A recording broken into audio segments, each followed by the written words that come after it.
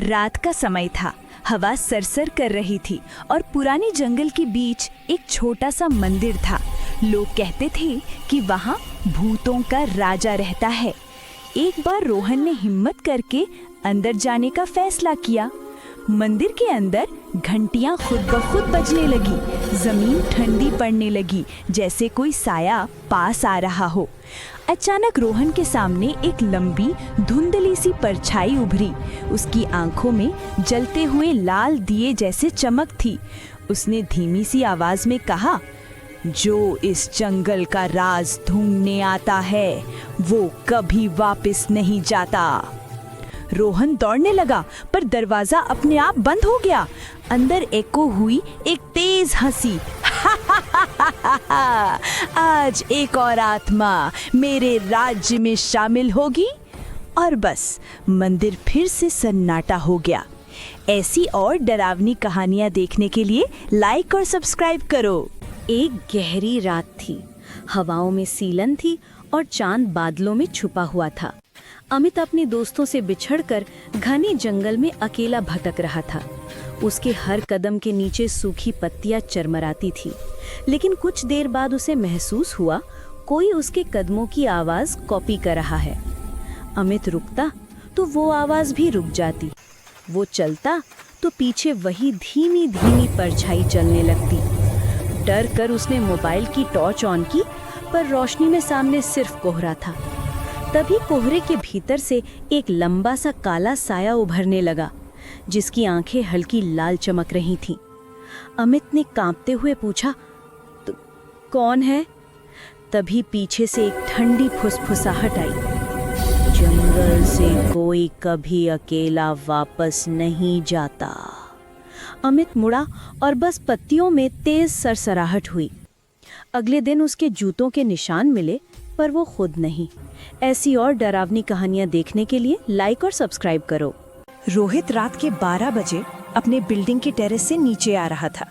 जैसे ही वो 5th floor के पास पहुंचा, उसने देखा सीढ़ियों पर एक टूटी हुई सीढ़ी थी और उसके ऊपर किसी के पैरों के निशान, जैसे कोई अभी अभी खड़ा था।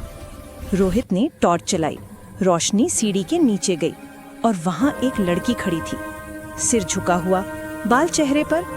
रोहित ने हल्का सा बोला, तुम यहाँ क्या कर रहे हो?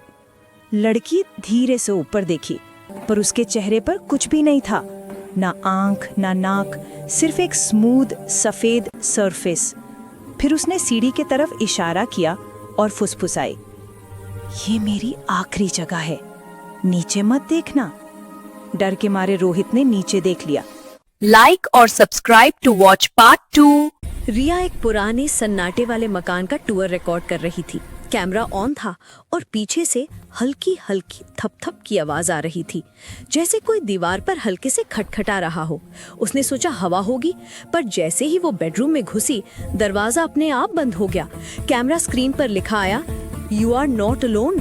रिया घबरा गई। रूम का एक कोने में एक पुरानी टूटी दीवार थी। वहां से कोई धीरे धीरे सरकने की आवाज आने लगी, घर्र घर्र। अचानक उस दीवार से एक हाथ बाहर निकला, लंबी काली उंगलियां, और वो धीरे धीरे जमीन पर रेंगने लगा।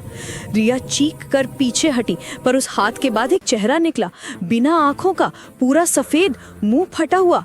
उसने रिया की तरफ देखकर फुसफुसाया, मैं बाहर आ गया, अब तेरा नंबर है।